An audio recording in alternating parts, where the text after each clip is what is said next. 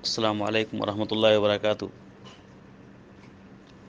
وہ عورت جو خوشبو لگا کے لوگوں کے پاس سے گزرے وہ زانیہ ہے۔ یہ حدیث امام ترمذی رحمہ اللہ نے اپنی کتاب سنن ترمذی کے اندر ذکر کیا ہے، جس کے راوی ابو موسیٰ رضی اللہ تعالیٰ عنہ ہیں۔ وہ کہتے ہیں کہ نبی کریم صلی اللہ علیہ وسلم نے ارشاد فرمایا، کل عین زانیۃ، ہر نگاہ زانیہ ہے، ہر نگاہ زنا کرنے والی ہے۔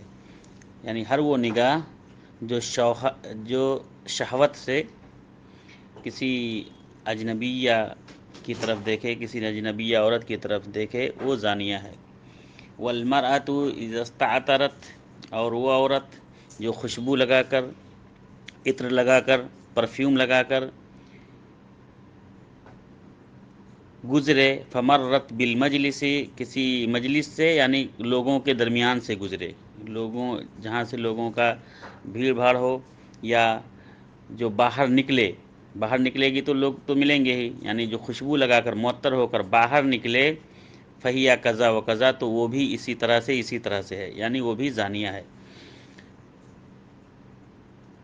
اس کی وضاحت یہ ہے کہ جب عورت خوشبو لگا کر، پرفیوم لگا کر نکلے گی تو لوگوں کی نگاہیں اس کی طرف مرکوز ہوں گی، لوگ اس کی طرف دیکھیں گے، تو یہ سبب بنے گی لوگوں کو اپنی طرف مائل کرنے کا۔ اس کے لیے اللہ کے رسول صلی اللہ علیہ وسلم نے فرمایا کہ جو اس کی طرف جو آنکھ دیکھے گی وہ بھی زانیہ ہے، اور اس زنا کا سبب جو ہے یہ عورت جو خوشبو لگا کے نکلتی ہے، چلتی ہے، یہ اس کی سبب بنے گی۔